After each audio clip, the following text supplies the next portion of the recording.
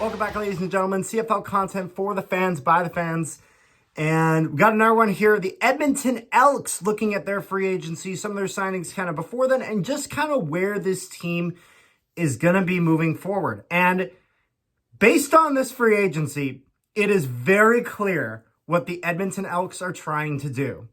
And it's that Edmonton clearly has enough confidence in Taylor Cornelius moving forward that they just want to build around him and really establish that receiving core. And man, they do a lot here. You know, the Elks really do a lot in that regard.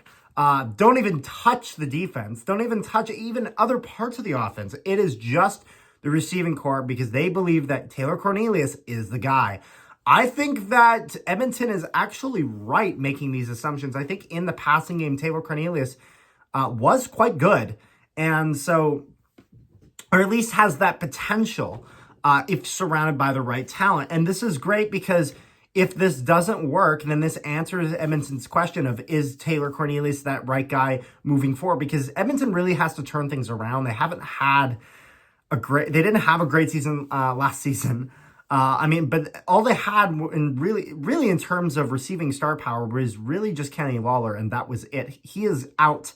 However, they bring in Kyron Moore from the Saskatchewan Roughriders, Eugene Lewis from the Montreal Alouettes, and Stephen Dunbar Jr.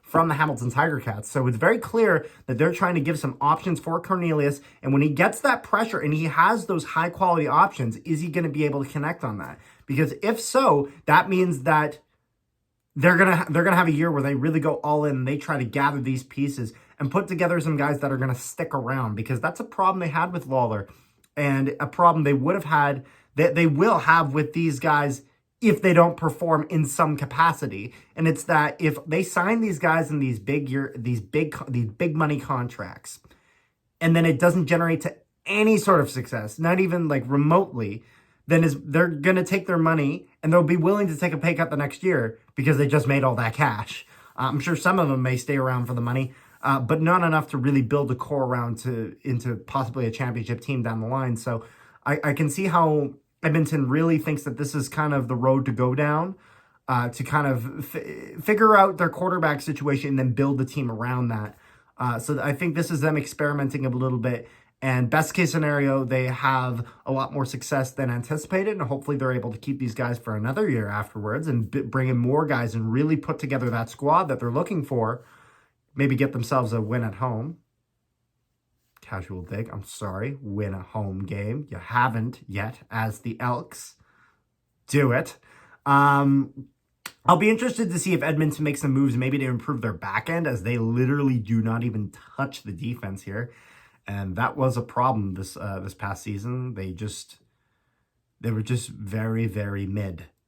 And that's just not going to cut it, especially when you're in the Western division of the CFL. That is not going to cut it.